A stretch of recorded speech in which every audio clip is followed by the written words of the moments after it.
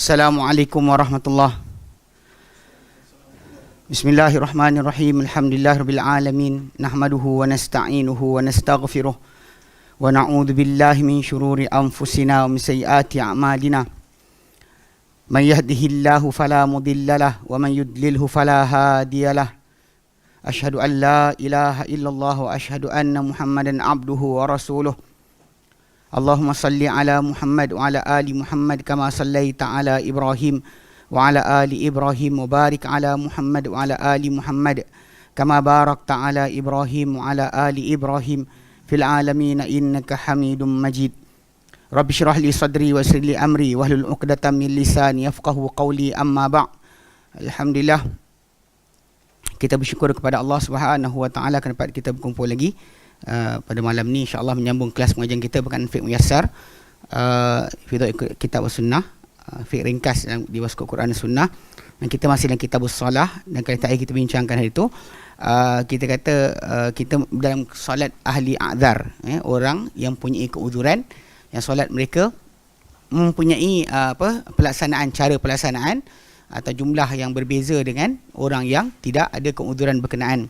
Yang terakhir kita bincangkan itu, kita bincangkan berkenaan dengan penetapan solat yang boleh padanya qasar. Kita kata bahawa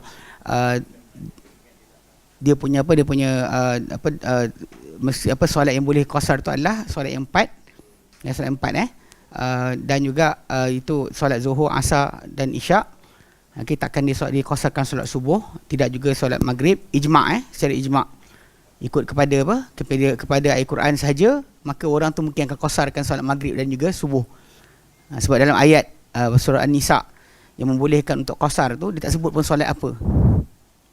So basically kalau kita kata 4 jadi 2 jadi 1. Ikut logik dia dah kan. Tapi dalam surah An-Nisa 101 tak sebut, tapi kita tahu bahawa berdasarkan pada ijma' para sahabat Nabi SAW, daripada turun-temurun mereka, tidak ada mereka mengqasarkan solat subuh maupun solat maghrib. Okay, kemudian kita bincangkan berkenaan dengan batasan safar yang diqasarkan solat padanya.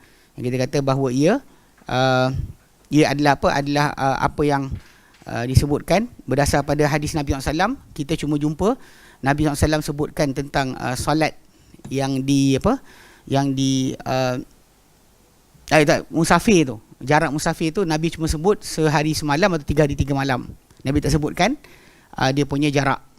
Dan para ulama mengkadarkan, bila kita sebut yang orang Melayu kita sering sebut dua marhalah tu adalah, dia tak tahu sebenarnya 2 marhalah tu adalah 2 trip, yang mana seekor unta akan berjalan sehari semalam 2 trip, 1 trip siang, 1 trip malam. Tapi oleh kerana batasan dia tak ada kan, berapa batasan dia, kita jumpa satu je, iaitu daripada perbuatan Ibnu Umar dan juga Ibnu Abbas, yang mereka berdua akan qasar salat dan juga berbuka puasa pada jarak 4 barid ataupun 16 farsah ataupun 48 batu. Itu basic dia, kita pegang. Kemudian bentuk musafir itu yang harus saja, musafir yang maksiat tidak dibenarkan. Baik. Okey, persoalan keempat ni masuk persoalan keempat. Dia kata hal yuqassiru man nawa al-iqamata. Adakah mengqasarkan salat, mengqasarkan salat atau yaksuru yuqassiru atau yaksuru, adakah mengqasarkan sesiapa yang berniat untuk iqamah? Ini yang sering menjadi tajuk bagi orang yang macam kita kata Malaysia ni dia ada satu fahaman lain, pelik dia adalah, kalau kita sampai destinasi, tak kira kita nak tinggal berapa lama pun kat tempat berkenaan, kita ada 3 hari. 3 hari boleh jamak qasar. Selama mana kita sampai, walaupun nak tinggal di tempat tu stay 2 tahun, macam orang delegasi kedutaan Malaysia dan sebagainya kan, duduk luar negara, atau pelajar yang nak pergi belajar medik, dia tahu dia akan tinggal 7 tahun kat sana at least. Ke pelajar yang ambil baccalaureate biasa 4 tahun at least kan. Jadi diorang tahu jumlah berapa lama dia akan tinggal. Hatta orang yang pergi kerja pun dia tahu juga dia akan bekerja berapa lama. So basically bila sampai tu, sepatutnya hari pertama dia sampai itu hari safar. Masih lagi tempat yang dia datang tadi bukan tempat dia dia panggil. Okey, jadi bila sampai situ, hari safar ni, hari perjalanan datang dan perjalanan balik, memang orang tu boleh jamak dan qasar pada hari journey, hari perjalanan dia. Adapun hari stay tu lepas tu, Kemudian esok, lusa, tulat dan seterusnya. Soalan dia, berapa lama anda berniat untuk tinggal di tempat berkenaan? Itu soalan yang perlu tanya. Yang kadang orang tu tinggal balik kampung seminggu, lepas tu kemudian betul lah dia dah berhijrah ke Kuala Lumpur. Dia boleh niatkan diri dia macam Nabi SAW, walaupun berasal daripada Mekah, tapi bila baginda SAW balik ke Mekah, baginda tidak solat penuh. Baginda solat sebagai seorang yang musafir. Bahkan Nabi SAW dahulu memang bila ada riwayat yang datang, Nabi sebut kan Nabi kata pada orang ramai, atimmu nahnu qaumun safar, kami ni kaum yang musafir. Nabi jadi imam, tapi Nabi terang pada orang ramai dia solat, tapi dia solat 2 je. Orang lain yang mana penduduk Mekah solat 4. Siapa yang tak masuk dalam jumlah orang-orang yang musafir, maka dia solat 4. Nabi sendiri solat 2. Sentiasa walaupun Nabi berasal kan ikutkan keluarga baginda masih ada di Mekah. Kan bahkan rumah yang Nabi tumpang ketika Fatul Makkah, Ummu Hani punya rumah adik-beradik kepada Ali bin Abi Talib, Ummu Hani bin Abi Talib. So Nabi tumpang rumah dia. So basically saudara mara ada, tapi tidak dikira dia sebagai orang tempat berkenaan. Ini lebih baik kalau dia kata kita dah buat keputusan berkenaan dengan bayar sekali khairat kematian kat surau. Memang nak mati kawasan tu lah. Macam kita bayar khairat kematian tu, maksud dia kalau mati orang sini tak nak uruskan saya macam tu, tak payah hantar balik kampung. Itu basic yang kena faham. So basically kalau dia kata macam tu, memang kita datang ke balik kampung rumah kita memang tak ada masalah, memang kita berjamak kasar. Cuma tajuk dia berapa lama anda nak tinggal. Yang ini sering orang tak pernah soal, tak pernah tanya betul-betul. Sebab kalau seorang tu nak tinggal lebih 4 hari, mana boleh lebih 4 hari, 5 hari ke stay satu tempat, atau extend sampai 2 tahun atau 5 tahun dia bertugas. Macam cikgu-cikgu yang daripada Semenanjung pergi bertugas di Sabah Sarawak. Kan dah tahu dah kan awak akan bertugas sana selama beberapa tahun. So awak sampai sana, awak tahu dah, dan bahkan dekat sana dah siapkan cari rumah sewa dan sebagainya kan. Maka anda hari berikutnya tu hari anda dah jadi orang bermukim sebenarnya. Sampailah 2 tahun akan datang. Betul. Tapi bila hari kata nak balik kan, besok nak balik ke Semenanjung for good, maka hari itu tempat anda tinggal tu anda boleh solat dah jamak qasar, hatta di rumah. Di rumah tempat anda sewa tu boleh dah siap nak balik. Solat di situ siap-siap. Dia pasal tempat kita iqamah dengan tempat istitan lain. Dan kita terang sikit kan, kita kata orang mustautin ni orang yang macam kita sekarang ni beli rumah tanah sebagainya, memang kita tinggal sini. Adapun orang yang iqamah ni macam pelajar duduk asrama lah. Kan bila balik ke asrama, katakanlah di Unimap ke USM ke dan sebagainya kan, dia daripada Kuala Lumpur atau pergi ke UTM Skudai ke. So jadi bila dia tinggal sana, dia sana tempat dia mukim, sini tempat dia mau stautin. Tempat bermukim tadi dia tak boleh lah jamak kasar. Sebab tu para sahabat Nabi bila mengajarkan Islam sampai kampung-kampung, dia datang ke situ, kalau dia bantai jamak kasar, orang kampung tu nak tahu macam mana ibadat yang penuh. Faham tak? Dia duduk situ nak mengajarkan Islam. Dia tahu dia akan tinggal sini beberapa bulan. Maka ketika duduk situ dia akan jamak dan qasar. Dia akan hilang status sebagai seorang musafir, dia jadi orang mukim. Dia tinggalkan jamak qasar. Itu basic dia. Adapun orang Malaysia yang buat style sampai-sampai satu destinasi 3 hari boleh jamak qasar, tak ada dalil. Only dalil yang mungkin dia orang rujuk adalah berkenaan larangan Nabi SAW untuk orang yang tunaikan waktu umrah qada. Nabi kata janganlah seorang tu tinggal Mekah lebih 3 hari. So jadi diorang pun anggap mana 3 hari tu masih lagi boleh, dia kata. Sedangkan Nabi tak benarkan mereka sebab tak nak mereka nanti duduk situ lepak-lepak dan sebagainya, jadi cinta balik ke Mekah, tak nak balik ke Madinah. So Nabi SAW tak benarkan mereka. Bahkan ketika waktu tersebut Mekah masih lagi dalam jajahan atau kuasa orang kafir. So Nabi nak mereka pindah ke Madinah untuk bersama dengan tempat di mana umat Islam bersama-sama. So basically Nabi larang mereka jangan tinggal lebih 3 hari. So Allah Alam dari situ kot ada fahaman yang timbul. Orang faham maksudnya kalau kita sampai destinasi, kita bahkan dah mukim kat situ, dia kata boleh 3 hari mukim. Mukim sini kat asrama pun kadang ada budak-budak yang tu pergi balik asrama, aku ada 3 hari. Dia kata aku ada 3 hari, dia kata. Ini masalah lah. Ini bagi orang yang tak belajar betul, dia akan keluar ayat macam ni. Adapun dari segi masalah, asas dia kita jadi mukim mengapa? Jadi tinggal 4 hari ke atas ni kita jadi seorang yang mukim. Kita nak tinggal di tempat berkenaan, mana 2 tahun, mana setahun, kan 3 bulan, 4 bulan. Minimum dia 4 hari. Lebih 4 hari, 5 hari lah. Lebih 4 hari, maka dia menjadi seorang yang mukim. Itu yang betul. Yang sering orang Malaysia kita buat ni pelik kan. Balik kampung dia 3 hari dia bantai. Jamak kasar kan. Lepas tu dia tak tahu jugalah berkenaan dengan pelepasan. Kalau dia kata dia, contoh macam dia balik kampung dia Kota Baru kan. Tapi kemudian dia gerak-gerak keluar, pergi ke Pengala Kubur lah, pergi Rantau Panjang lah, besok keluar pergi sekian-sekian. Dia keluar-keluar tadi menyebabkan dia masih lagi tak hilang taraf sebagai seorang yang musafir. Macam mana perbuatan Nabi SAW ketika mana di Mekah, 10 hari baginda tinggal di Mekah, dan baginda move around kan, sampai masuk Mekah 4 dari bulan 4 Zulhijjah. Kemudian Nabi 4, 5, 6, 7, 8 Nabi keluar ke Mina. Jarak tak jauh pun, 6.5 kilo je. Kemudian daripada Mina, Nabi gerak pula ke Arafah, 10 kilo.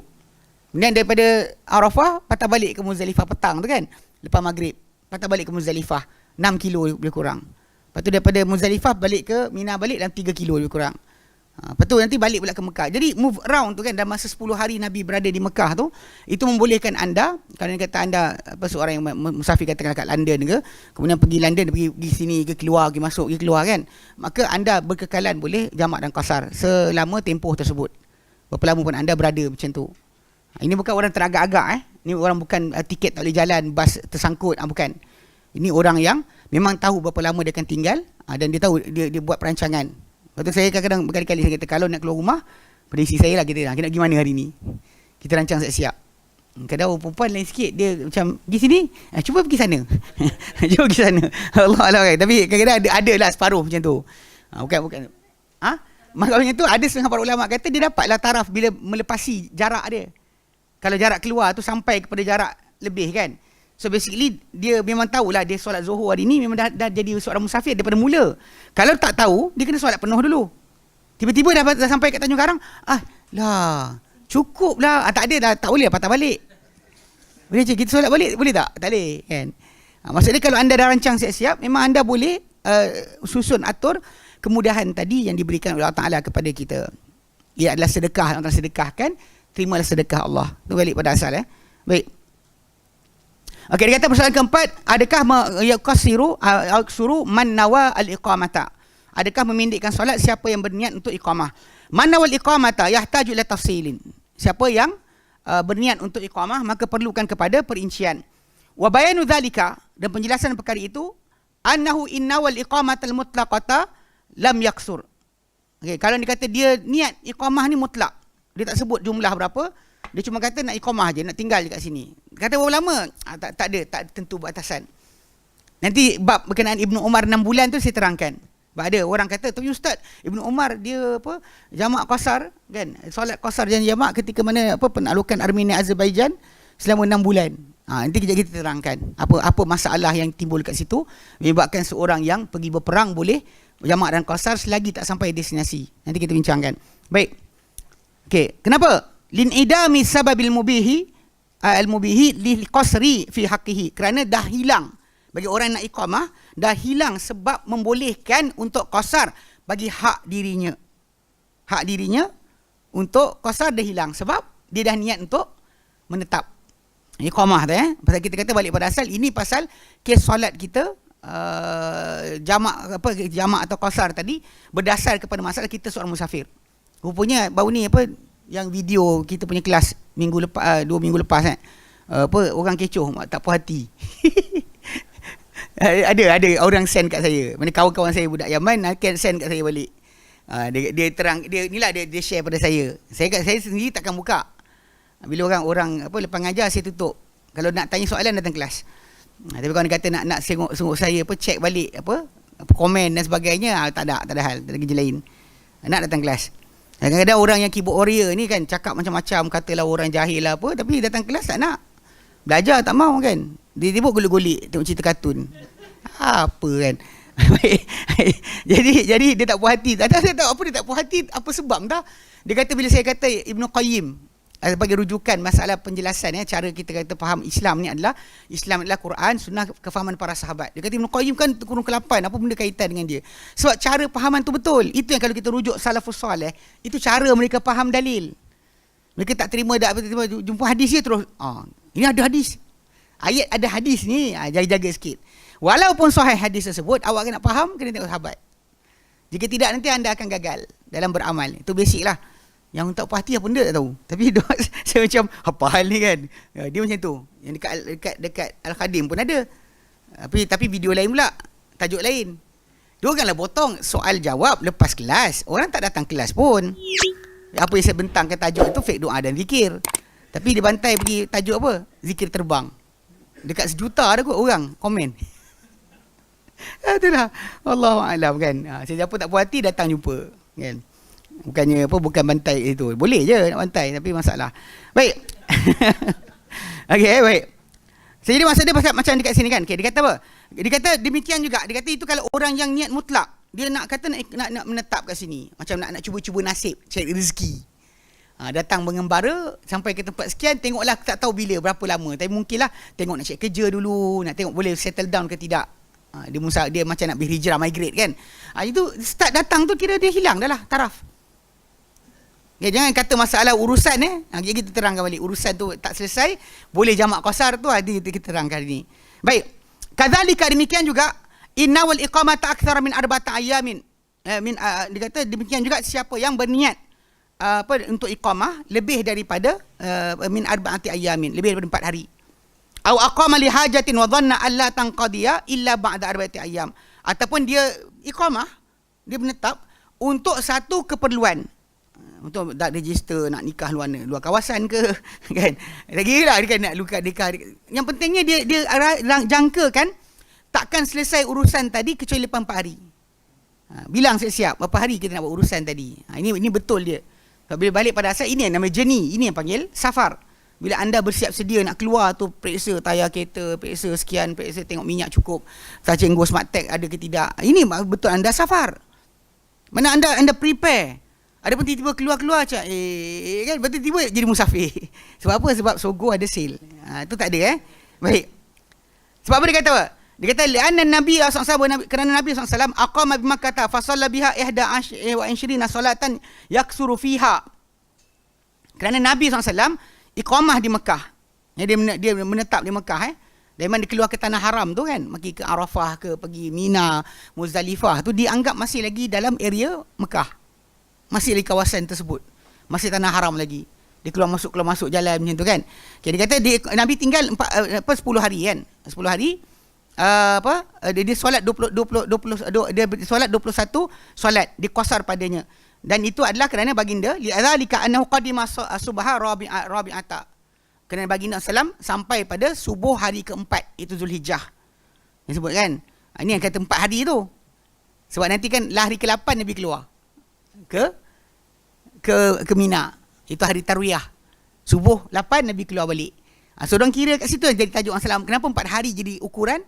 Sebab itu paling lama Nabi stay. Kalau tidak nanti kan dekat Mina kan, Arafah just setengah hari. Muzdalifah sepanjang malam. Kemudian Mina ada 3 hari dekat situ. Jadi basically kalau kira paling lama Nabi stay tu yang hari first day sampai lah.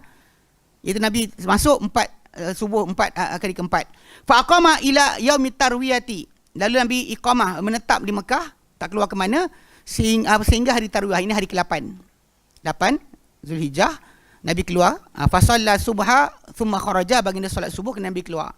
Sebab tu yang kira kan, Nabi masuk 4 kan. 5 6 7 8. Kan dikira macam tu. So dia kata 4 hari ini Nabi sentiasa solat jamak qasar. Cuma yang macam afdaliyah dia, bila kita dalam keadaan macam tu, kita ada tempat kita stay, Nabi SAW kebanyakannya Nabi solat qasar. Walaupun para ulama kata kalau boleh qasar boleh jamak lah. Basically bila orang tu boleh qasar, dia boleh jamak sebab dia seorang yang musafir. So dia boleh jamak atau jamak saja atau qasar saja atau jamak dan qasar. So kalau dia pilih macam Nabi punya perbuatan, itu lebih baiklah pasal Nabi SAW ketika itu menjaga untuk solat bersama dengan orang ramai. Nabi solat dengan orang ramai, tapi Nabi akan solat qasar lah. Yang mana penduduk Mekah akan solat penuh. So orang follow Nabi. Tapi kalau Nabi asyik jamak qasar memanjang, kecuali ketika hari Arafah lah. Hari Mina sebenarnya Nabi Zuhur, Asar, Maghrib, Isyak tu Nabi qasar je, Nabi tak jamak sebenarnya. Tapi orang kita Malaysia tu balik. Kat situ dah dia jamak. Dekat Mina tu dah jamak qasar. Kita tapi balik pada asal, tajuk statement dia adalah kalau boleh qasar, boleh jamak. Itu sebab dia. Adapun yang afdal, kalau orang tu boleh jaga keafdalan kan, dia boleh jaga yang aula. Dia datang kat situ, tempat yang dia stay tadi kan, dia keluar masuk tadi, dia qasar je. Solat masih dalam waktu tapi qasar saja. Is better sebenarnya. Tapi kalau dia kata dia nak pilih untuk ambil pendapat yang kata boleh, ya pasal diri dia tu sebagai musafir masih tak hilang, sebab tu dia boleh qasar. Dia masih lagi seorang yang tidak bermukim. Maka dia boleh qasar. Okey. Faman aqama, maka siapa yang iqamah, menetap arba'ata ayyamin au aqalla, ataupun kurang dari itu, misla iqamatihi sallallahu alaihi wasallam, seperti iqamah menetapnya Nabi sallallahu alaihi wasallam pada ketika di Mekah, itu paling pendek lah. Qasara, dia boleh qasar. Dia boleh qasar salat. Wa man zada, barang siapa lebih 4 hari, atamma, dia kena sempurnakan solat dia. Cukupkan 4 rakaat, mana yang 4. Tak boleh dia qasar. Ini betul. Sebab dia kata, kalau dia kata paling panjang kan, kalau orang tu boleh jadi jamak qasar tu adalah dalam keadaan macam ni. Kalau dia stay 4 hari, hari sampai, hari balik. Ni all 6 days ni dia jamak qasar. 6 hari ni dia jamak qasar. Ini walaupun dia tinggal satu tempat je. Contoh dia tinggal Kota Baru, kampung tu je dia keluar. Dia tak keluar mana pun. Dan macam ni. Ini biasa jadi pada cikgu-cikgu yang write paper exam.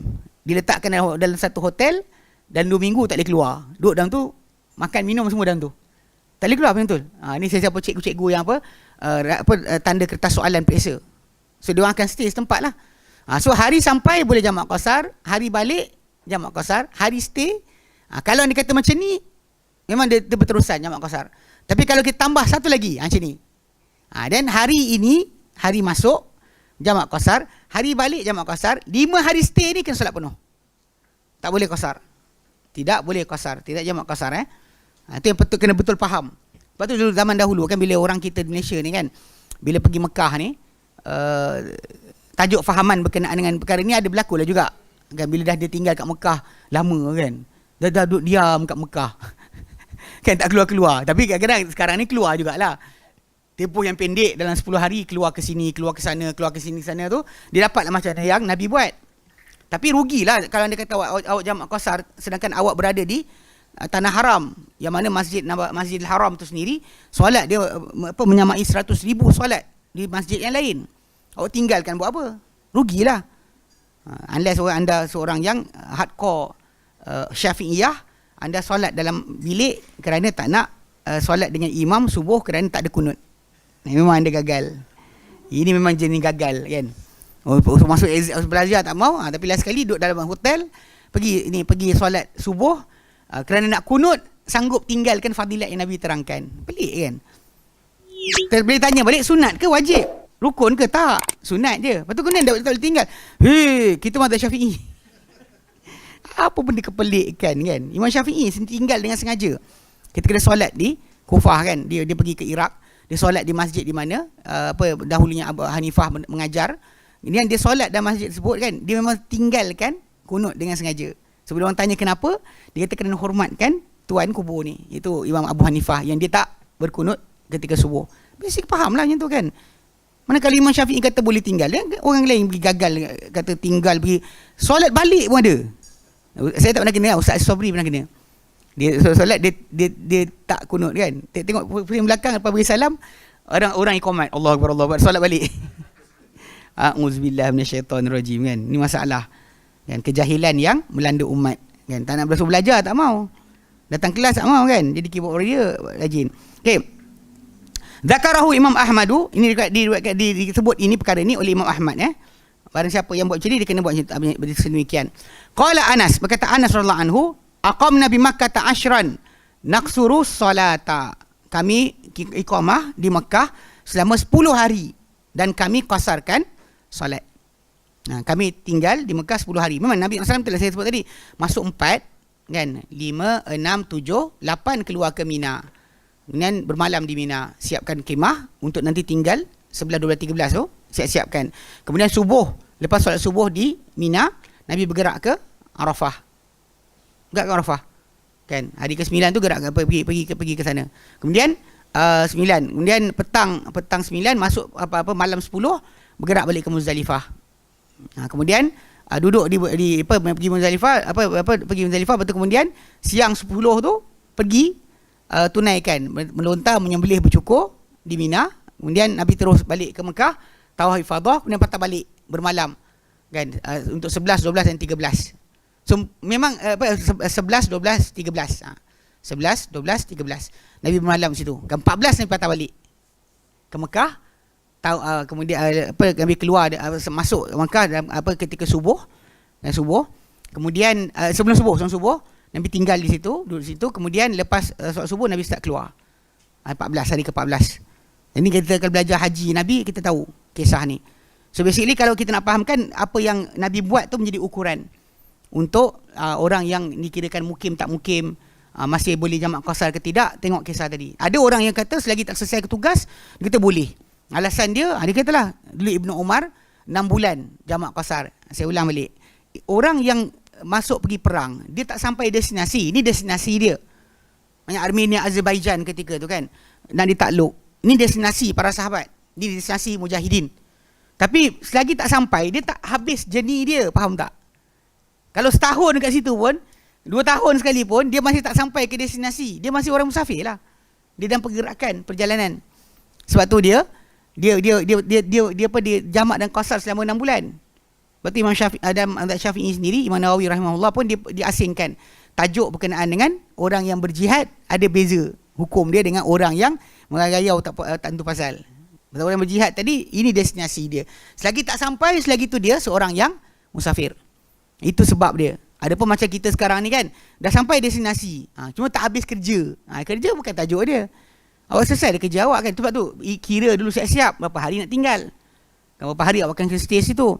Lepas tu kemudian bila dah settle ke nak keluar, itu tajuk lain. Tapi ketika waktu tu awak dah tahu berapa lama awak akan tinggal di tempat berkenaan. Okey, itu tajuk dia. Wa ma'nahu ma dzakarna, dan apa makna atau pengertian kata-kata Anas bin Malik ni adalah apa kami sebutkan. Memang saya ada bertekak dengan orang, bukan bertekak lah, kira student tu kata, tapi ustaz kan, ada ustaz kita kata, dia kata macam tu. Kan Nabi 10 hari jamak qasar. Saya pun terang balik, saya kata jamak qasar Nabi ni, kan yang Nabi qasar solat tu 10 hari tu, saya terangkan balik. Kaedah yang difahami oleh para sahabat dan difahami oleh para tabi'in selepas tu. Sebab tu kita yang idea selagi tak selesai kerja boleh jamak qasar at all tu masalah sebenarnya.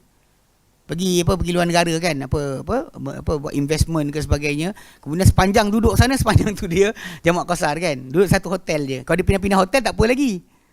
Kejap pindah sini, kejap pindah sana kan. Tak apa lagi. Tapi bila kita stay macam tu, dan awak ada masalah di situ.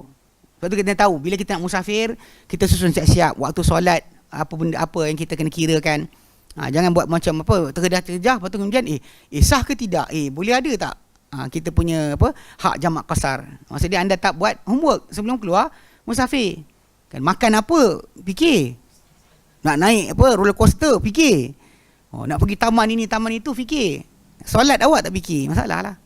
Ini masalah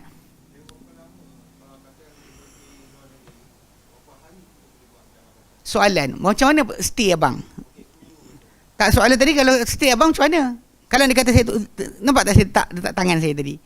Kalau abang kata seminggu macam ni. Mana abang punya hari stay 5. Saya tanya pula, abang stay macam mana? Adakah stay macam cikgu, write paper, exam, tak boleh keluar hotel? Jalan-jalan kita kira kalau jalan-jalan ada keluar macam pasal Nabi keluar. Sepanjang 10 hari Nabi pergi. 10 hari tu kan saya ulang balik daripada Mina, Mekah ke Mina. Actually 6.5 kilo je.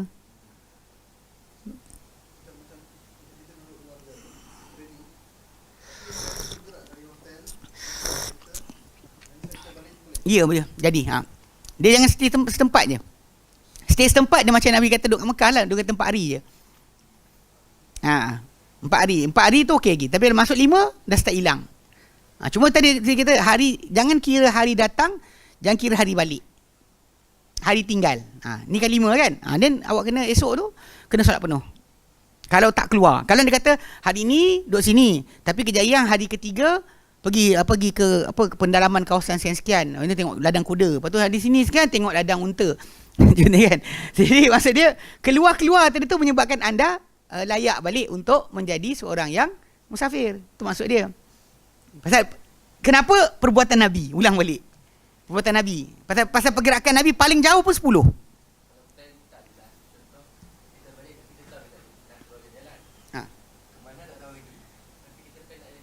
Jalan, kalau jalan depan hotel tak jadilah. Kena tahu maksud dia, at least kita keluar daerah. Mana maksud dia, kalau katakanlah macam kita dekat contoh macam section 10, U10 Shah Alam. Kita keluar ke section U8. Tu keluar lah tu. Dia ada journey, mesti ada pergerakan macam tu. Kalau dia kata dalam tu godek-godek main kejar di belakang rumah orang, kat section tu juga, tak jadilah. Faham tak? Tu basic dia kena faham. Pasal itu waktu kita, bila anda nak layak diri anda sebagai seorang masih musafir, dan awak kena tahu apa benda awak keluar ke mana kan. Kalau saya kat keluar kan, kendurinya kita homestay kita sini. Rumah pak mertua kita yang ada kenduri tu sini. Jarak 5 kaki atau 10 kaki atau 20 kaki atau 100 meter. Tak keluar daerah, tak jadilah. Jadi kalau kita punya stay, katakanlah kita punya pak mertua punya kenduri tu dekat katakanlah Cuping. Kita tinggal dekat hotel di Arau atau Matai. Dan kita keluar daerah lah tu. The movement kita keluar masuk tadi dikira macam mana Nabi buat lah. Kalau orang kata itu kan haji. Kan benda ni hadiah Allah Ta'ala bagi. Aku tak nak bagi, awak tak nak ambil. Kenapa? Ini hadiah.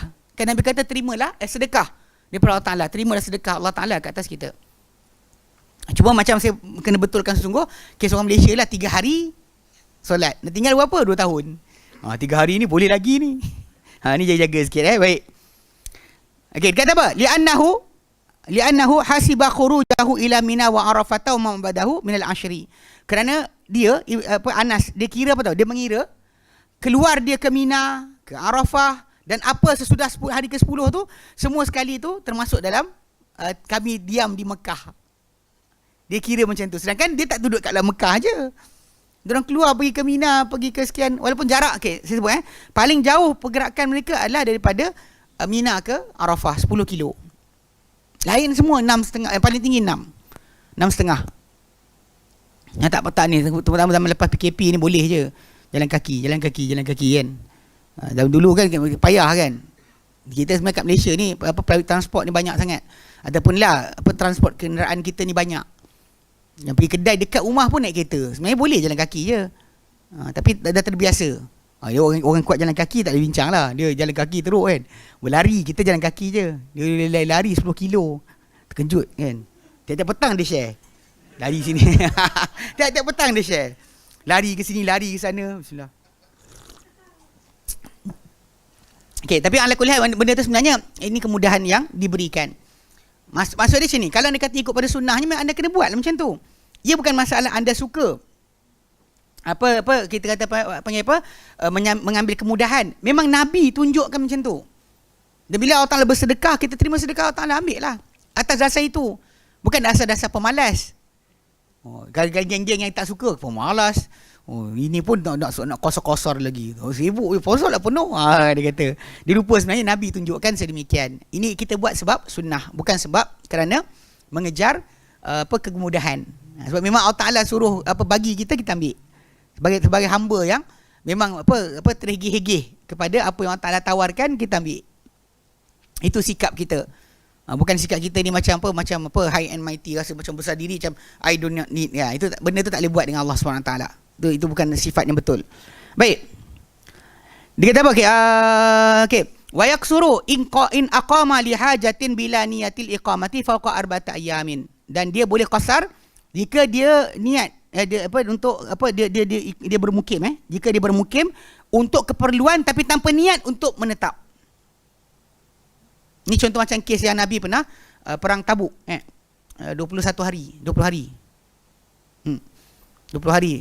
Nabi SAW duduk situ tunggu tentera Rom tak datang. So Nabi balik, pertempuran tak berlaku. Tentera Rom tak datang, Nabi balik. Tapi ketika stay dekat situ tunggu untuk pertempuran 20 hari. So para ulama kata itu yang paling, dia orang ambil apa extent yang Nabi buat. Walaupun ada pendapat yang kata kalau macam tu selama-lama lah. Dia kata kan, dia dekat sini kan. Wala yadri mata tangqadi, dan tak tahu bila akan selesai. Urusan dia tak boleh selesai. Okey. Dia kata au hubisa zulman, ataupun dia ditahan secara zalim. Ditangkap secara zalim, bawa ke Guantanamo ke. Ataupun disekat dengan hujan. Walau aqama sinin, sekalipun dia menetap di situ selama bertahun-tahun. Tapi dia tak nak tinggal di situ, kena keluar balik. Okey, ni saya jumpa juga dekat Yaman dulu. Ada setengah-setengah Yang jumpa tu tak tahu apa jadi. Dekat apa? Um, nak kata syekh, dia bukan syekh. Tapi dia apa kira mempunyai apa? Ke keprihatinan agama yang kuat. Tapi dia saya pergi rumah dia. Dia solat jamak qasar. Dia solat dengan saya kan. Aku qasar Aku qasar, kau solat dengan aku, tapi kau solat sendiri lepas ni, dia kata. Dia jamak dan qasar. Tapi dia kata apa? Pasal dia kata dia tak nak tinggal sini. Pasal ayat ni lah. Tak nak tinggal sini. Tapi anak dia sekolah situ. Anak sekolah situ kan. Ni kena faham juga ni masalah tak nak tinggal. Pasal awak datang kerana keperluan. Macam apa? Orang terkandas di ni Bimatari ni rasanya lapangan terbang kot. Pasal dia ini buku kitab baru, bukan hujan. Atau ditahan secara zalim, ataupun di airport matar tempat apa ni. Mungkin Allah, tapi pasal kita kata benda boleh terjadi kan. Tertahan dan sebagainya. Tapi matar tak ada alif. Matar hujan kot. Ni saya check balik. Sekalipun tinggal bertahun-tahun dekat situ. So basic dia kata macam ni. Dia memang destinasi dia sana. Cuma dia tertangguh dekat sini. Dia nak keluar ni tapi tak boleh. Tertahanlah, terkurunglah sebagainya, tertangkaplah. Maka selagi dia macam tu, dia boleh teruskan jamak dan qasar. Dia dikira sebagai orang yang tidak bermukim. Atau macam orang apa yang siapa cerita Mak Saleh yang tinggal dekat airport tu. Apa entah, tak ingat. Tom Hanks kot, kan? Duduk kat airport. Dia hilang pasport ke benda dah. Tak ada kereta, tak boleh keluar. Duduk situ. Keluar tak boleh, masuk tak boleh. Nak pergi naik kereta bang pun tak boleh. Tinggal. Tapi memang kita tak nak tinggal situ, memang tak boleh tinggal situ pun. Ini basis yang kena faham lah. Yang sudutnya kadang dia kata macam tu berbeza dengan orang tadi. Macam tadi kawan tu, dia dah hijrah. Dia actually asalnya dia bekas mujahidin Afghanistan. Jadi bila dia orang Iraq, bila kerajaan Iraq buat keputusan kan, siapa-siapa yang masuk ke Afghanistan tolong mujahidin dahulu, dia akan dihukum, akan dia orang lari, tak balik ke negara asal. Ada yang balik, ada gigi Saudi Arabia, ada sekian, ada yang tinggal di Yaman. So dia ni yang kawan yang saya jumpa ni, dia Abu Umar Al-Faruq, dia gelar dia kan. Dia sebenarnya kenalan kepada salah seorang ustaz kita yang meninggal dulu, Ustaz Helmi, yang jaga tahfiz Sungai Gabai, kan. Dia kenal dengan memang kenal, bahkan kita sembang tu dia kata lama aku tak sembang dengan sekian-sekian, apa jadi dekat kawan kita, dia kata. Pernah makan kat rumah sebagainya kan, mereka putus hubungan, tak dapat cerita. Tapi dia ni dia katanya tu, dia kata aku tak nak tinggal kat sini. Aku nak balik negeri aku, tapi negeri aku dalam keadaan macam ni kan, dia kata aku tak boleh balik. Maka sebenarnya itulah jamak qasar. Main solat kat rumah dia, saya solat kan, dia macam kan, dia kata, tapi dia ajak makan, kita pergilah. Tapi kefahaman dia macam tu. Solat Zuhur tu dia solat qasar 2. Dia solat 2. Dia solat 4, dia solat 2. Solat kat rumah dia. Tapi dia ada fahaman tadilah, macam dia rasa, tapi masalahnya dia dah tinggal. Kan dah tinggal kan, menetap dan sebagainya. Cuma dia kata aku apabila masa kalau boleh balik, aku nak balik, dia kata. Dia nak balik juga ke negeri asal dia, itu Iraq. Tapi selama tinggal tu dia tak ni. Maybe macam itulah, anak sekolah sini dah, menetap dan sebagainya, kahwin tempatan.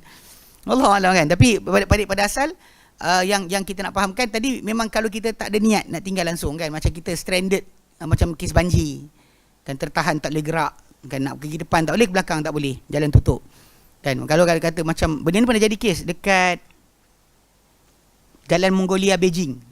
Siapa boleh cari balik. Jam 2 minggu. Jam 2 minggu. 14 hari maksud 14 hari 15 hari tu. Tak, saya cari nanti siapa depan ni buka internet tengok. Jam Jalan Mongolia ke Beijing. Berapa tahun lepas, lama dah. Waktu tu saya mengajar dekat St. Taklim lagi. Saya duduk kat St. Taklim lagi. Jadi Mongolia Beijing tu 2 minggu. Mana bukannya 2 minggu tu gitu-gitu tau. 2 minggu tu stay. Stop. Yalah, Allah mungkin ke pasal dulu tak ada kereta banyak. Sebab kereta banyak kan, sebagainya semua buat kereta, last sekali ngopi kau. Kan jam. Dia macam perjalanan ni lah, macam kadang jadi kat Jeddah ke Mekah. Asal pergerakan sepatutnya 45 minit je. Tapi bila jadi jam ketika musim haji, naik sampai ke 16 jam. Jarak tu je. 40 minit pun jarak. Kena 16 jam. 10 jam kena. Tak boleh masuk. Tu tunggu dalam bas. Kan. Itu kisah benar lah. Dia kata orang tu standard macam tu kan, tersangkut macam tu punya jam. Kadang-kadang 2 minggu ke sebagainya, dan dia masih lagi tak kira sebagai ni, walaupun dia duduk kat situ. Dia duduk kat situ kan, tak bergerak, station kat situ. Tapi dia dikira sebagai orang yang belum lagi sampai destinasi lah. Itu sudut asal. Pasal dia memang dalam perjalanan, dia tertangguh perjalanan dia untuk terus kerana sebab tertentu. Okey. Walau aqamasin sekalipun dia menetap dekat situ selama bertahun-tahun. Qala Ibn Munzir, berkata Munzir, ajma'u ala anna al-musafira yaksuru ma lam yujma' iqamatan. Ma yujma' iqamatan. Dia kata mereka itu para ulama bersepakat bahawa seorang musafir ni qasar solat semana tak disepakati dia telah iqamah. Kalau kita kata ini semua sepakat, dia dah dikira iqamah, dia menetap, dan dia tak boleh dah. Tapi kalau selagi dia tak disepakati bahawa dia telah menetap di sifat ulama, maka dia masih jamak dan qasar. So, mungkin kawan tadi tu dia pegang pendapat tu lah. Tapi memang pelik lah kan. Dia kahwin semua dan sebagainya kan. Bukan tinggal bini. Agaknya macam dalam kepala dia, kalau kahwin sekalipun, besok sepadan buka, dia balik macam tu juga. Wallahualam kan. Memang ada orang macam tu. Dia kalau si orang Arab punya cara muamalah keluarga lain banding dengan dengan Melayu. Orang Arab dia kata tak kisah macam tu, kahwin je lah. Kalau tak ni cerai je lah. Dia cakap yang tu je. Bagi dia orang benda tu selamba. Orang Melayu kita ni sensitivity banyak sikit. Jadi tak jadilah fikir banyak kan. Orang Arab dia macam tu je. Dia yang tu bukan tawakal kuat. Dia macam cara dia punya sifat. Kita nak fahamkan sifat dia, tengok macam mana seorang lelaki tegur Nabi ketika mana Nabi SAW cium cucu dia. Kan dia kata dengan Nabi, dia kata, kau cium anak engkau? Itu Arab yang asal punya perangai. Kau cium anak engkau? Kan? Nabi kata ya kan.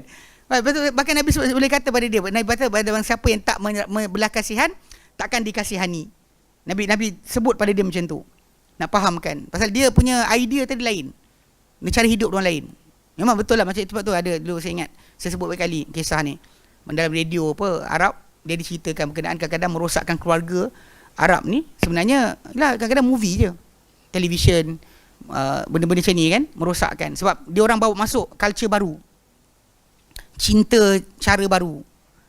Kan? Macam cinta Korea. Cinta sekian kan. Pasal orang Arab dia sayang bini dia dengan bawa makanan banyak. Ambil kau kan. Bawa balik rusa kau ambil kau kan. Jadi bini dia cakap, suami aku sayang. Kan.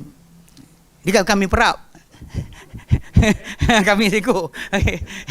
Dia bawa dia letak kan. Bila letak tu, memang bini dia rasa sayang lah. Dia sayang macam tu. Dia bukan sayang jenis style macam gigit bunga ros, macam style Juliet tak. Tak kenyang tengok bunga ros tu. Dia beza tak. Jadi dia kata kadang-kadang benda ni betul fakta pun. Baru ni bila dalam 2 tahun lepas kot. Ketika tahun lepas. Bila Jais buat perangkaan kan punca perceraian kan. Kadang benda tak logik. Kan? Tak bagi bunga, tak sambut birthday, tak sambut anniversary, tak sekian sebab dia tengok movie. Lepas tu drama Melayu. Tengok drama Melayu tu kan elok je kan, tak gaduh-gaduh. Tiba yang ni gaduh-gaduh kan. Dia tahu cerita balik tu, cerita tu kan tipu. Drama tu kan tulis rekaan semata-mata, tak ada kaitan hidup dengan mati. Yang awak percaya buat apa? Benda-benda macam ni menjadikan masalah sebenarnya dalam masyarakat.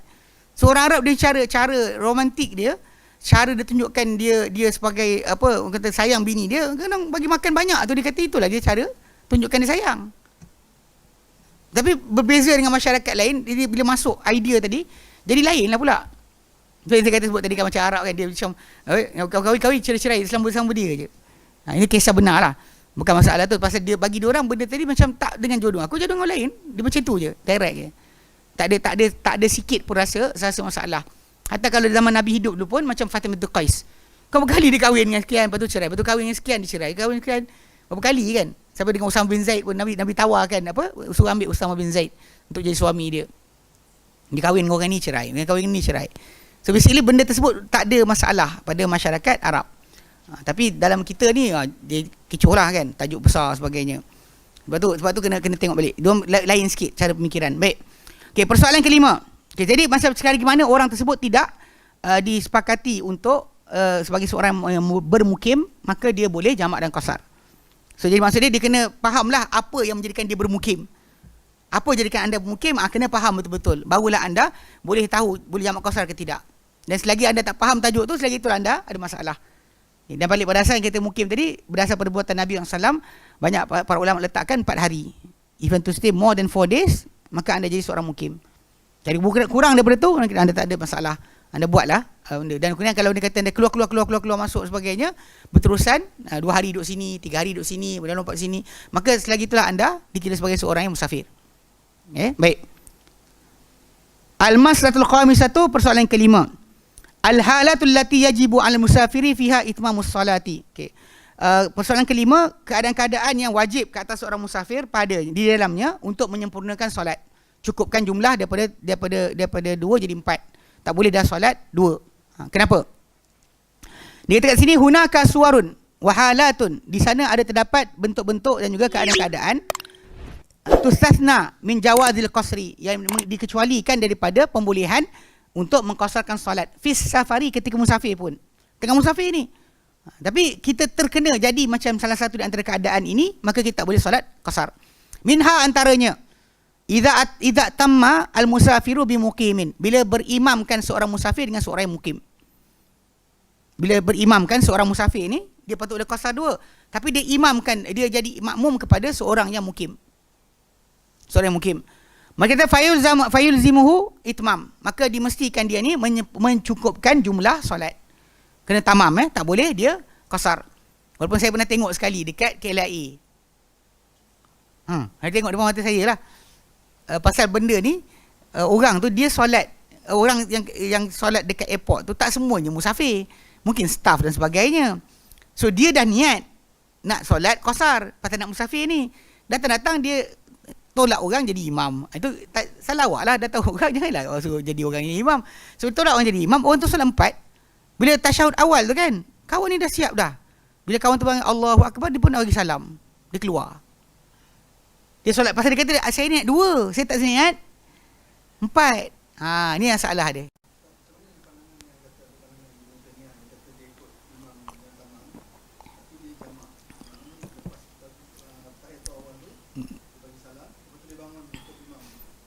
Tak boleh. Balik ni ada tajuk dia. Pertama sekali, kenapa? Kenapa tak boleh?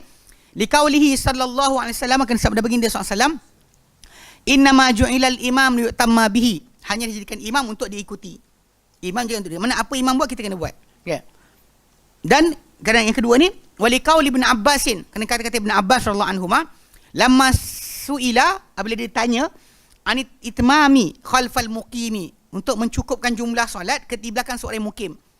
Kata Ibn Abbas, tilka sunnatu Abil Qasim. Itu sunnah Abil Qasim.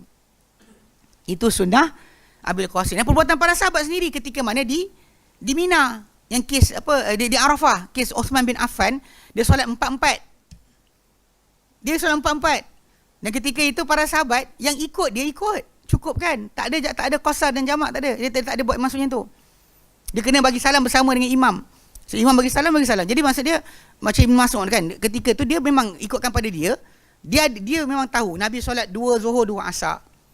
Dan di Arafah. Kan Abu Bakar pun 2 Zuhur 2 Asar.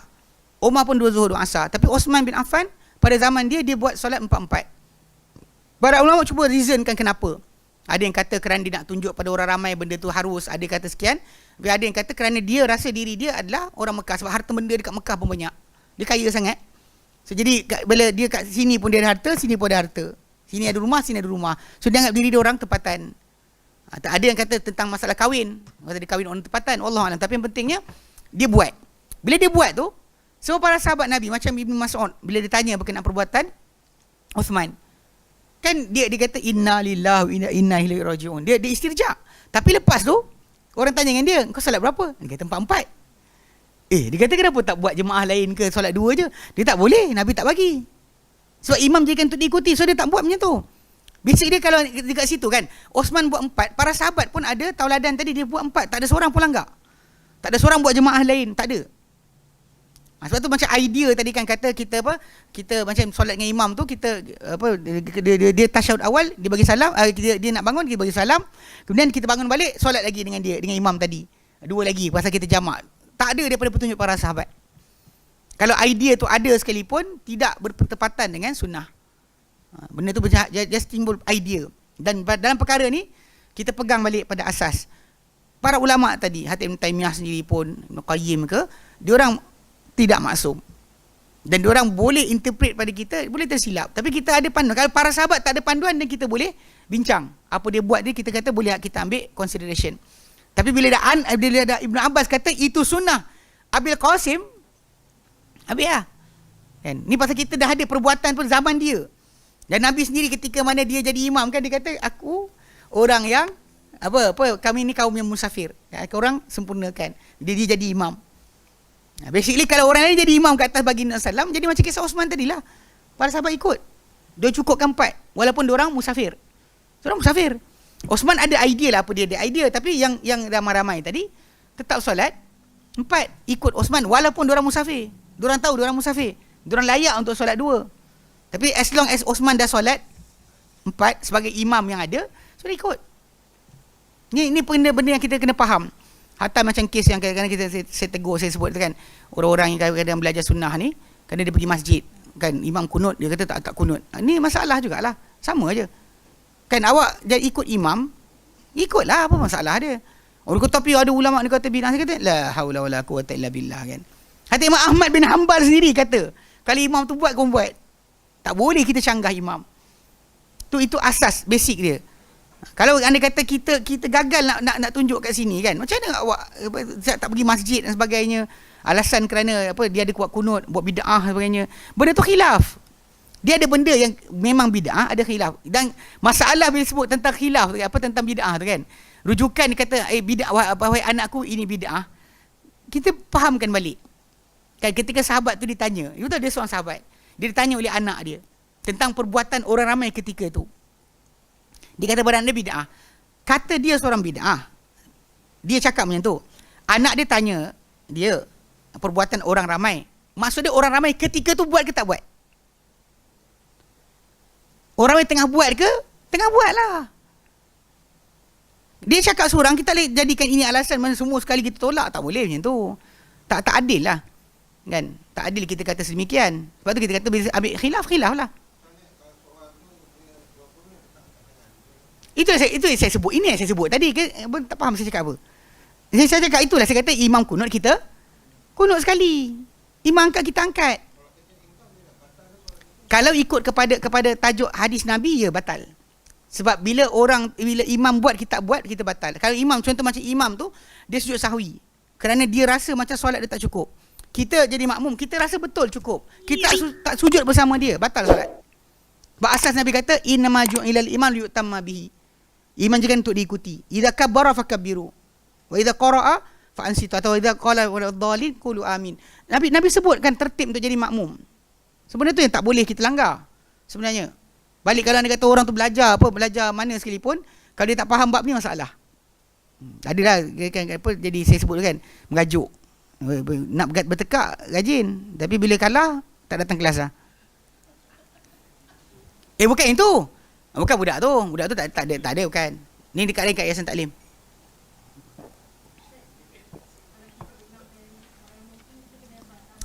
Macam mana? Ya, betul. Boleh, kita sambunglah jamak kita, sambunglah lepas tu. Apa yang kita nak jamak lepas tu kan, kita kosar lah. Kita tak berimam dengan dia dah. Kita bangun balik, kita lepas solat tu kita bangun balik. Cuma yang ada khilaf tadi masalah kalau Jumaat dengan Asar. Boleh ke tidak? Itu yang ada khilaf. Pasal ikut perbuatan Nabi tak pernah buat. Pasal Nabi tak pernah solat Jumaat ketika musafir. Ketika musafir Nabi tak pernah solat Jumaat. Tapi bila kita zaman kita sekarang ni, kita pergi tempat-tempat kita pergi, ada masjid dan sebagainya, orang Jumaat dekat situ. Jadi para ulama kata kalau kita boleh dengar, kita kena pergi solat lah. Azan berkumandang, takkan nak makan lauk dengan kedai kan. Makan lauk, makan rucanai kan, makan sekandar. Kan, sekandar. Asal kau gelak? Bukan, nasi kandar bukan satu kedai je lah. Banyak kedai lah. Banyak kedai kan. Kat tempat kita orang nama Rahmat Bistro. Lagi sedap. Okay. So jadi maksud dia kalau makan kan, dengar azan kena pergi. Cuma kat situ soalan timbul lah, dia kata apa? Boleh tak jamakkan antara solat Jumaat dengan asar? Jumhur Hanabilah tak boleh. Alasan ni sebab Nabi tak nak buat. Tapi bila geng-geng Syafi'iyah tanya balik, dia kata kalau hujan boleh tak jamak Jumaat dengan asar? Dia kata boleh. Boleh. Bab Jumaat dia kata boleh. Bab musafir tadi. Sebab balik pada asal jamak yang sekarang ni kan, yang ketika hujan lebat dan sebagainya kan. Hujan memang dibuat perbuatan tersebut. Cuma macam kes tadi lah, masalah dia kalau ni kata jamak Jumaat dengan asar, boleh dikatakan hampir semua kata sepakat boleh. Tapi soalan bila kita kedua, jamak Jumaat dengan asar kerana musafir, tu dia ada khilaf. Syafi'iyah kata boleh, yang Hanabilah kata tak boleh. Alasan Hanabilah kerana Nabi tak nak buat. Sebab balik pada asal Nabi tak pernah solat Jumaat ketika musafir. Tapi dari segi masalah bila tanya balik soalan tu, hujah diorang ni balik lah. Dia lawan balik, dia kata kalau Jumaat dengan asar kerana hujan, boleh pula. Jadi orang pakai lah. So basically kita solat lepas daripada solat bersama imam tadi, kita nak solat penuh ke solat qasar ke tak ada masalah. Yang penting kita boleh jamakkan solat tersebut. Baik. Okey. Kedua, idza tamma biman syakku fihi hal huwa musafirun aw muqimun. Bila orang tu berimam dengan siapa yang dia ragu-ragu, adakah orang tersebut musafir atau mukim? Kita pergi belakang tu kan, kat R&R contohnya kan. Fa idza dakhala fi sholati khalfa imamin, maka apabila seorang tu masuk dalam solat di belakang seorang imam, wala yadri ahwa musafirun aw mukim. Dia tak tahu imam ni musafir ke musafir ke mukim. Ka yakuna fil matar wa nahwi, sebagai contoh dia di airport dan seumpamanya, fa inna yalzimuhu al-itimamu. Dimestikan dia untuk apa? Cukupkan rakaat. Kena cukup walaupun tiba-tiba ternyata kawan tu memang qasar. Tapi pasal awak tak tahu dia apa? Awal-awal awak ini 4 terus. Ya, kita datang tu 4. Tu kadang-kadang kalau dekat R&R kan, kalau rasa was-was tu, solat sendiri je lah. Sini pasal balik pada asal kan, tempat tadi memang tak dimestikan jadi imam pun. Orang berjemaah tak wajib. Bukan masjid kan, walaupun surau tu disediakan, tapi pekerjaan ada pun solat situ juga. Kalau silap nanti kan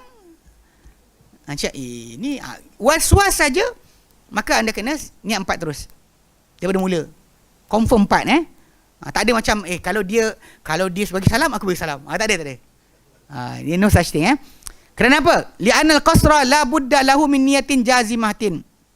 Kerana qasar ni tak boleh tidak mesti ada niat yang jazam. Dia tak boleh niat agak-agak. Kalau ni tak ada. Amma ma'tardudi fa innahu yutimmu. Adapun bersama dengan teragak-agak, maka orang yang solat tadi mesti menyempurnakan solat dia, tak boleh qasar. Kemudian, ketiga, idza dzakara salata hadarin fi safari. Apabila dia teringat solat ketika tak musafir, hadir dan kita dia dawan safar hadara hadir, maksud dia tidak musafir. Okey. Jadi dia teringat solat ketika tak musafir, ketika dah musafir. Karajulin musafirin fi asna'i safarihi tadhakkara annahu shalla zuhra fi baladihi bighairi wudu'in. Contoh ketika dalam perjalanan musafir, seorang lelaki musafir dalam perjalanan dia teringat bahawa dia solat zuhur di negeri dia, di tempat dia asal tadi, bighairi wudu'in, tanpa wudu'. Alamak, wudu' dah batal rupanya kan. Au tadhakkara salatan faitatan fil hadari, atau dia teringat solat yang terlepas ketika dia tak musafir tadi. Tak solat rupanya asar tadi. Tapi dah sampai airport dah. Sampai airport sedar. Kan. Kan. Maka di sana dia kata huna yalzimuhu an yusalliha tamatan. Di sini dia kena solat berkenaan dalam keadaan cukup. Dia tak boleh qasar. Pasal safar dia tadi, solat yang ketika dia musafir tu yang boleh dikira. Yang dia dah keluar daripada perkampungan dia, itu jalan. Adapun solat yang ketika dia di tempat dia tu, maka tak boleh. Dia ketika musafir pun dia teringat, dia kena tunaikan penuh. 4. Tak boleh dia solat 2.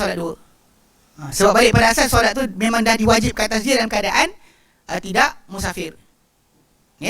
Maka dia kata okey. Liqaulihi, kerana sabda baginda sallallahu alaihi wasallam, man nama an salatin aw nasiyaha falyusalliha idza dzakaraha. barang siapa yang Nabi kata barang siapa yang tidur daripada solat ataupun terlupa akan solat, maka solatlah solat berkenaan apabila dia teringat solat tersebut. Yakni yusalliha kama hiya. Solat berkenaan macam yang ia. Pasal solat tu ketika tak musafir, dia 4, tengah musafir tadi dia tetap solat 4 juga. Solat yang tertinggal tadi. Tak boleh dia solat 2. Wali anna hadis solata lazimathu tamatan. Dia kata kerana solat ini dimestikan kepada dia dalam keadaan sempurna. Fayajibu alaihi qada'uha tamatan. Maka wajib kata dia menggantikan solat berkenaan dalam keadaan sempurna juga. Bukannya dalam keadaan qasar. Okey. Keempat, antara sebab yang kenapa tak boleh qasar, idza ahramal musafiru bi salatin yalzimuhu itmamuha fa fasadat wa a'adaha. Dia kata apabila takbiratul ihram, seorang musafir dengan satu solat yang mesti dia solat, dan dia kena sempurnakan, tak boleh qasar. Lalu terosak solat tersebut. Tapi dia ulang balik. Dia ulang balik solat berkenaan. Ka'an yusalli al-musafiru khalfa muqimin. Sebagai contoh tadi dia memang nak solat dekat NR tadi. Dia dalam keadaan musafir. Tapi terbatal. Dia keluar. Kemudian dia ambil wuduk, datang balik. Dia solat belakang orang yang muqim. Okey, fayalzimuhu fi hadhil halati itmam. Dia kena ikut. Cukupkan juga 4, walaupun dia tertinggal, terosak dalam keadaan 2. Tapi dia solat balik dalam keadaan kena menjadi 4. Maka kena ikut 4 lah. Fa idza fasadat alaihi hadhihi salatu thumma adaha, bila rosak ke atas dia solat ini, kemudian dia ulang balik, lazimahu i'adatuha tamatan. Dan kalau dia kata dia rosak pula solat dengan orang yang mukim tadi, dia kena ulang balik dalam keadaan 4, bukan ulang 2. Li'annaha i'adatu li salatin wajibatin itmam. Kerana dia mengulang semula bagi solat yang wajib untuk disempurnakan. Okey. Kemudian kelima, idza nawal musafiru, bila berniat seorang musafir al-iqamatal mutlaqa, untuk iqamah secara mutlak, tak sebut jumlah hari, tak ada. Nak bermukim kat sini, tengok apa, cari rezeki, kot-kot lah ada rezeki dan sebagainya. Fil baladi, dalam satu negeri, alladhi safara ilaihi, yang dia musafir kepadanya, duna yuqayyida dzalika bi zamanin muayyanin, dengan tanpa dia ikatkan itu dengan sebarang masa atau tempoh yang tertentu, atau amalin muayyanin, atau kerja tertentu. Wa kadzalika idza nawa ittikhadha hadzal baladi watana, demikian juga bila dia niat untuk mengambil negeri itu atau tempat dia musafir itu sebagai tanah air dia, watanan lahu, nak jadi pun rakyat kan, citizenship, ambil green card ke benda kan daripada US untuk pergi tinggal di sana. Dia pergi itu memang dah nak tinggal di situ kan. Fa innahu yalzimu itmamus salati, maka dia mesti cukupkan solat dia, tak boleh qasar dah, li'annahu qad inqata'a hukmus safari fi haqqi, kerana telah terputus hukum musafir untuk hukum safar atau perjalanan pada haknya. Fa idza qaida safar bi zamanin muayyanin yantahiya. Dan bila dia tetapkan juga safar dia dengan satu tempoh tertentu, maka ia pun tamat. Au amalin yang qadi, ataupun kerja yang akan dia kata selesai. Fa innahu musafirun. Akan dia tentukan dengan tempoh yang dah habis. Dah selesai kan, dah habis. Kemudian ataupun amal yang kerja yang dah selesai. Maka dia musafir. Dia kira sebagai seorang musafir. Selesai kerja, dia musafir balik. Okey. Dia kata yaksur salata, dia boleh qasarkan salat. Okey. Okey, wallahu a'lam. Okey, jadi bab qasar habis Bab kedua ni sebab jamak. Ni boleh, sebab Nabi buat. Bangunlah. Sebab tu Nabi pesan yang berkata nahnu, apa dia kata, atimu, Nabi kata atimu fa inna nahnu qaumun safar, kami ni kaum yang bermusafir. Nabi cakap yang tu maksud dia apa? Nabi cakap pada orang yang ikut belakang dia, belakang baginda SAW ketika solat. Nabi duduk kat Mekah tadi kan, saya ulang balik, duduk kat Mekah, Nabi solat qasar, tapi Nabi pesan pada orang yang solat belakang tu, kami ni orang musafir, kalian cukupkan solat. Orang tu bangun lah, cukupkanlah. Mana siapa?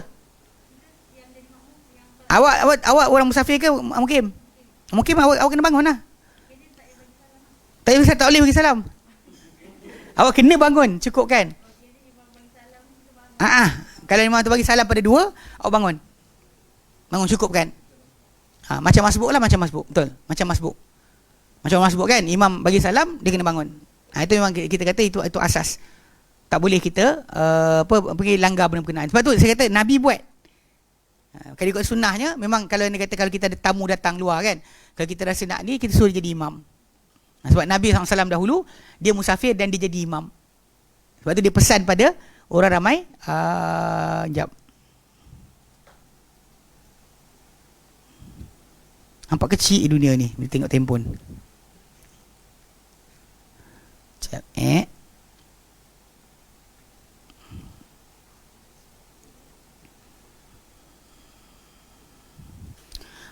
Okay, ada contoh dalam hadis. Sekejap. Muwatta' Malik ada. Sekejap. Hadis Ahmad ada.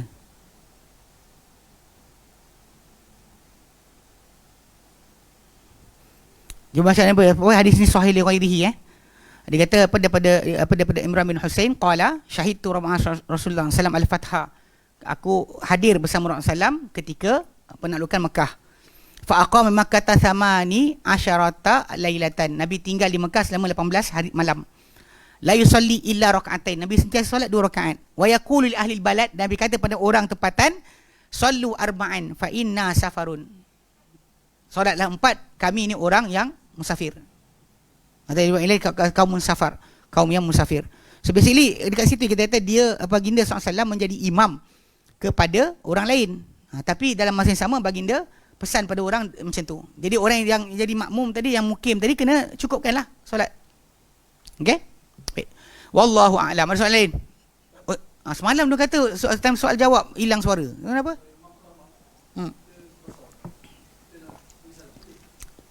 Kila imam tamam, kita qasar. Kan saya balik jawab tadi, saya kata tak boleh. Solat batal lah, rosak batal solat kita. Ya, solat tu batal, rosak. Bila kita tak ikut imam, dan memang solat tu batal. Balik pada asal, bila berjemaah, anda tak boleh langgar imam.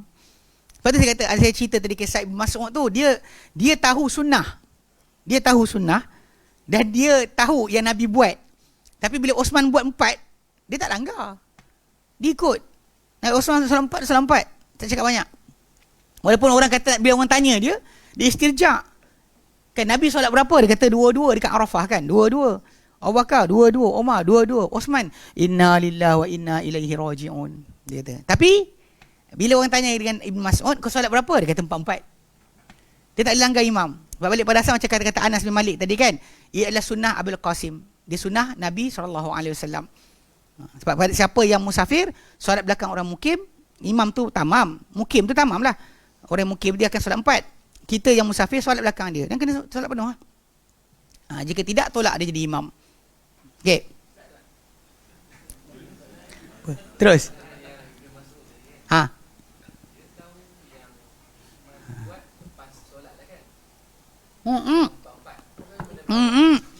Hari awal lah. Bahkan benda tersebut dibuat oleh Osman bin Affan depan mata dia. Tapi balik pada asal, kat sana yang kita kena ingat, Osman bin Affan radhiyallahu anhu, alasan dia buat tadi mesti ada. Dan bahkan kita nak kena fahamkan juga bahawa Osman bin Affan dia ada dapat, kita panggil apa endorsement dari Nabi kan, antara khulafa yang Nabi katakan fa'addu 'alaiha fa'alaikum bi sunnati, nak kamu pegang sunnahku dan sunnah khulafa rasyidin al-mahdi min ba'di, addu 'alaiha bin nawajiz. Orang Malaysia kita ambil bab tu. Bab solat kat situ dia bersolat 4-4, dia ikut Osman. Dia tak ikut yang Nabi, Abu Bakar, Umar, dia ambil last sekali. Dia solat 4-4. 4 Zuhur, 4 Asar. Orang Malaysia kan, kebanyakan macam tu. Walaupun sebenarnya balik pada asal adalah 2-2. Osman buat ada alasan dia, tapi alasan tadi walaupun para sahabat Nabi nampak diorang tak puas hati, tapi diorang tak lawan. Tak ada orang merutakan ke, angkat spanduk ke, tunjuk perasaan ke, dia tak ikut sunnah. Macam apa? Macam orang yang tak dapat soft kan. Itu tak dapat soft ni kan. Kalau zaman itu kan, dengan jelas yang Nabi buat tu diketahui, tapi para sahabat tak buat havoc kan, buat macam bising dan sebagainya kan. Orang zaman kita ni kalau anda kata sibuk bising bukan masalah soft kan, dia ada masalah, bukan ikut salaf. Dia tak ikut salafus soleh, dia memang ahli bid'ah. Okey, boleh.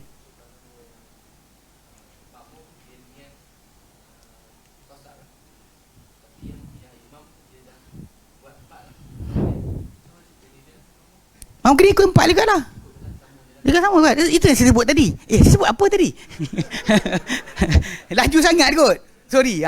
Saya ulang berkali-kali. Saya ulang sekali lagi. Bila anda solat dengan orang yang penuh, engkau bukan awak seorang, dia bersama. Tanya soalan yang sama. Saya ulang balik. Bila kita sebut orang tu mukim, dia solat penuh. 4. Bila kita jadi makmum dia, kita ni musafir. Kita macam tu singgah Tanjung Karang. Masjid tu orang solat zuhur. Kita masuk-masuk, imam tu dah takbir.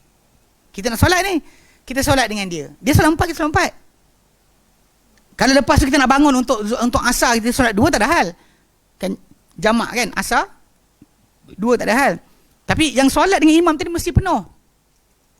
Tak boleh bagi salam awal, tak boleh batalkan solat. Bahkan solat anda batal. Bila orang tu tak ikut imam, apa imam buat dia tak ikut, dia batal.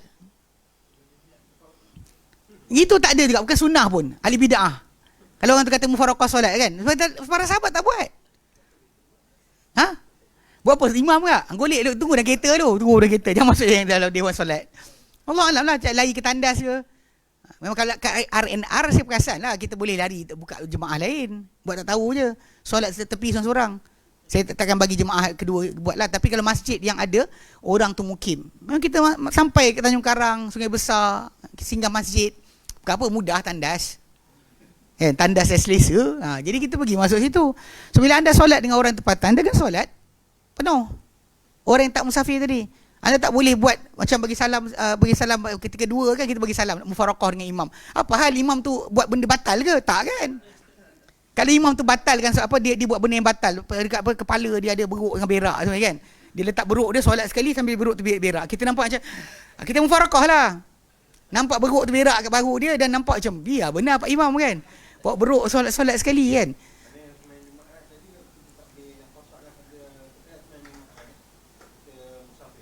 Terus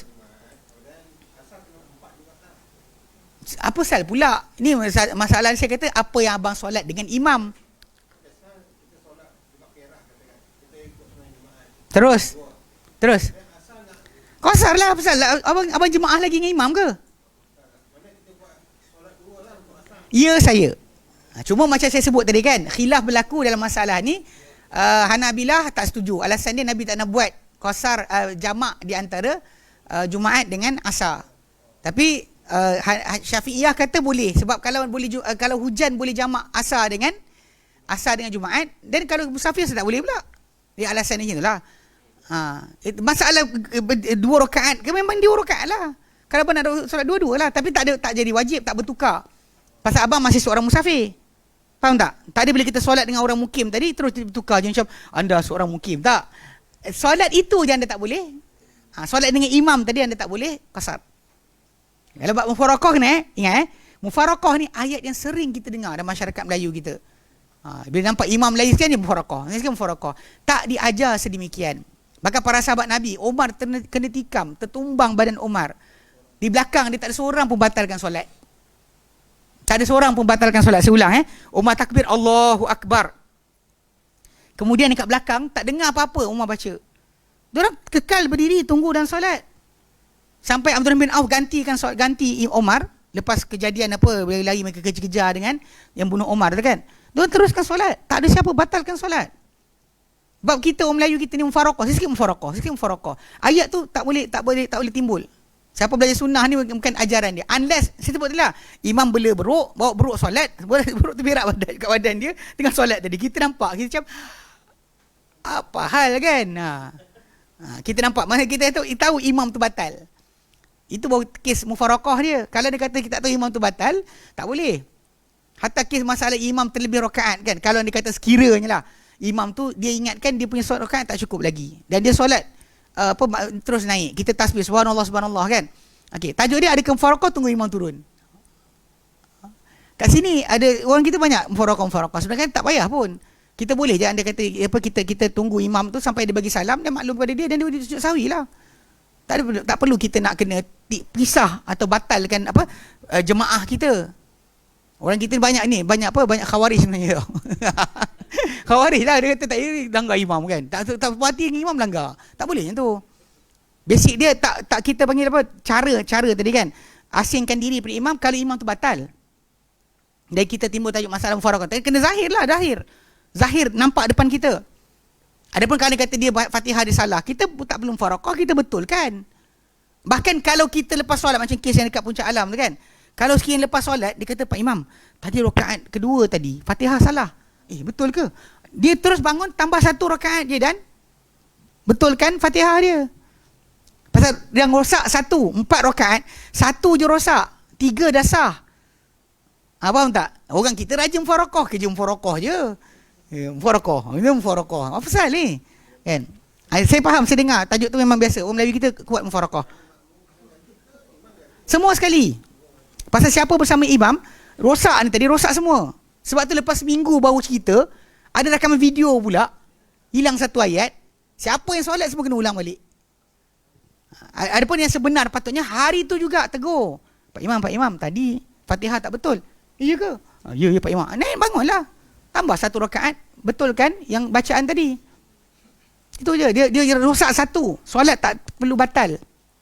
Cuma kalau kes kita biasa dengar, orang kita habis mufarakah dah. Imam ni sekian-sekian. Kan? Dia macam ahem. Imam tu kan tersangkut kahak. Kalau tidak baca Quran, ada kahak kan. Jadi dia pun dengar imam. Lepas tu dia belajar. Dalam kitab fiqah kata apa? Apa dipanggil apa? Kohkoha. Pada kohkoha tu sebenarnya tahu berdekah-dekah. Tak ada sebenarnya tajuk ni. Betulkan kahak tadi. Kalau isyarat lain. Macam imam tu kan, bila ada orang lintas depan dia. Itu batal lah. That's batal. Tapi kalau dia kata yang lain, yang dia kahak dekat sini, asal tak ada batal lah. Buang kahak boleh. Nabi kata kalau dia kata orang tu, Nabi tunjukkan dah. Jangan ludah kat depan. Ludah kat sini. Kalau tak boleh kan Nabi ambil kain. Nak bagi Nabi SAW. Ni geng-geng apa selimpang kata. Nabi ada selimpang. Nabi ambil kan. Nabi ambil kain tu. Kemudian Nabi ludah. Nabi genggam. Yang Nabi turunkan solat. So basically Nabi tunjukkan cara. Tadi boleh buang kahak. Kalau buang kahak boleh kenapa? Untuk dapangkan kahak. Tak boleh. Yang ni siap khutui lagi. Faham tak? Tu basic yang kena jaga sikit lah. Tapi bab pada tajuk asal, kalau kita pergi R&R, kalau kita was-was, ini pekerja R&R ke, ini sekian-sekian, dia jangan jadi makmum dia. Kalau kita kumpul grup kita semua sekali, memang kita musafir, dan tak apalah. Okay? Tapi kalau once kita was-was, daripada mula tu takbir tu, kita dah tahu yang kita 4 solat 4. Ini R&R pekerja ke, ini sekian kerja. Allahu Akbar 4. Daripada awal baik. Okey, kita berhenti sini. Enggak nak berhenti awal. Ya.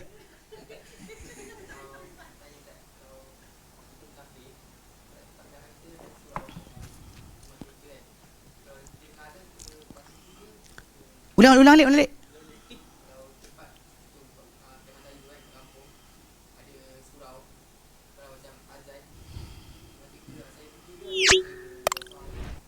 Tak, macam ni, tempat tu kita musafir.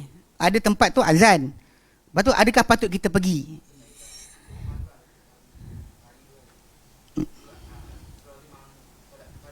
Dia. Itu optional. Tak ada compulsory. Optional. Ya. Pasal balik pada asal anda masih seorang musafir. Kalau tak hadir pun tak apa.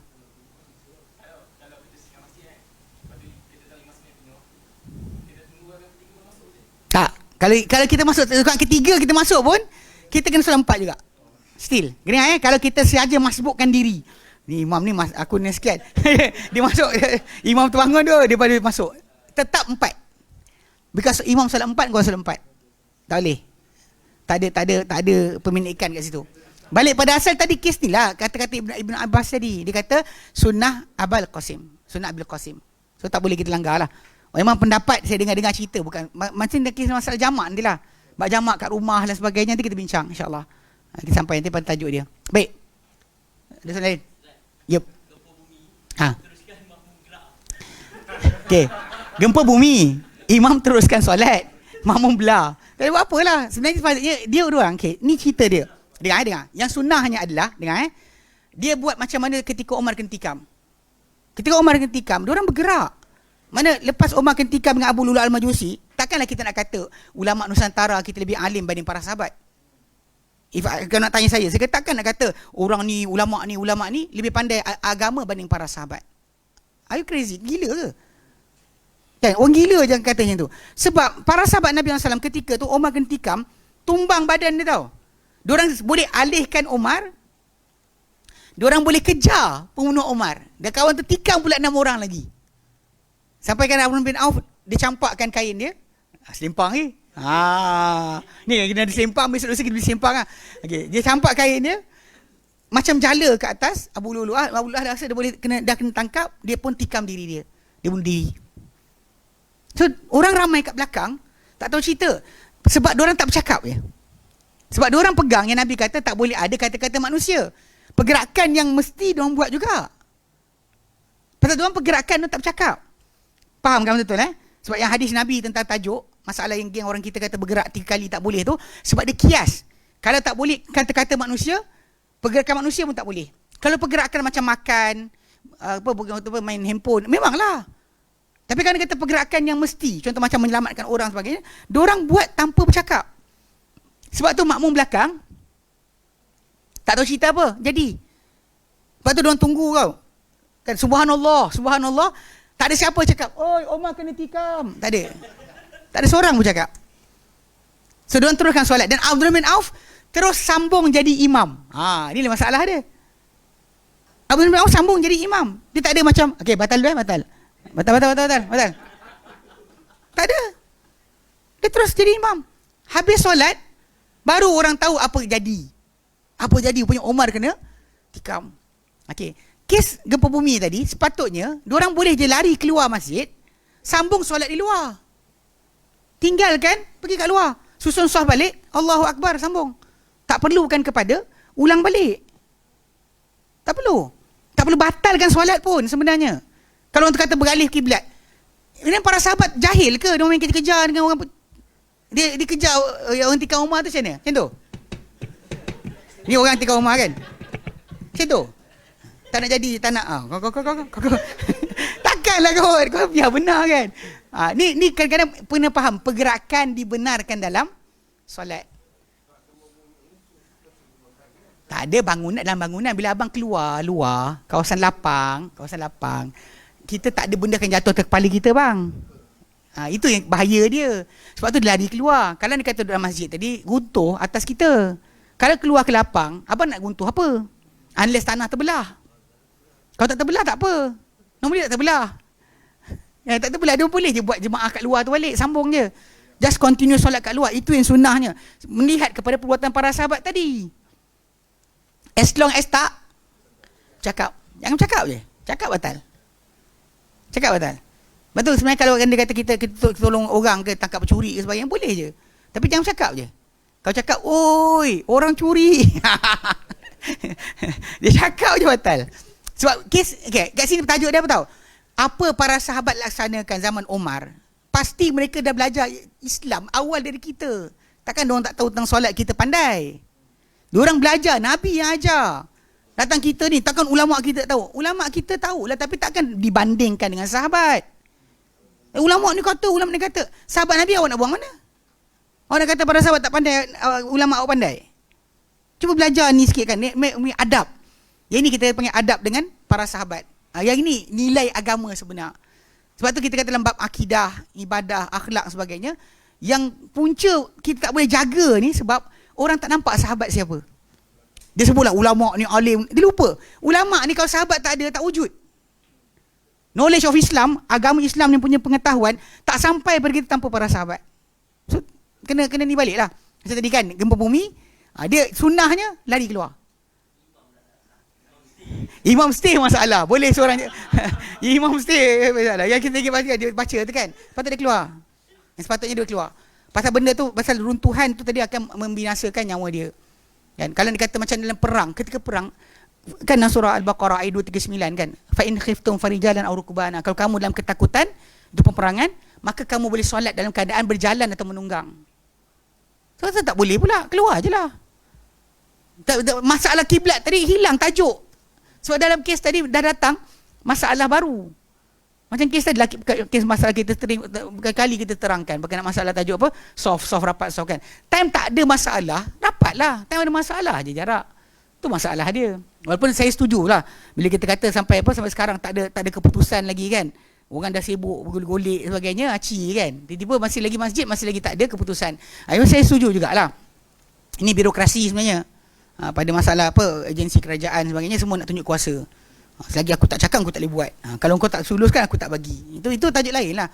Tapi pada asasnya kita faham bahawa asas pertama ketika dilaksanakan mula-mula ketika tengah wabak penyakit terjadi, memang kita setuju dengan amalan tersebut. Selepas tak ada, dan kita macam tadilah, sunnah kita faham. Macam Ibn Mas'ud tadi, faham tak sunnah? Dia faham.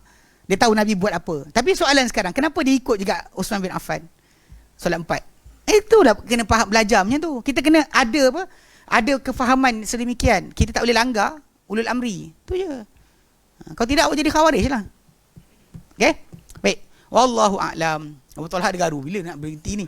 Wassallallahu ala sayyidina Muhammad sallallahu alhamdulillah rabbil alamin.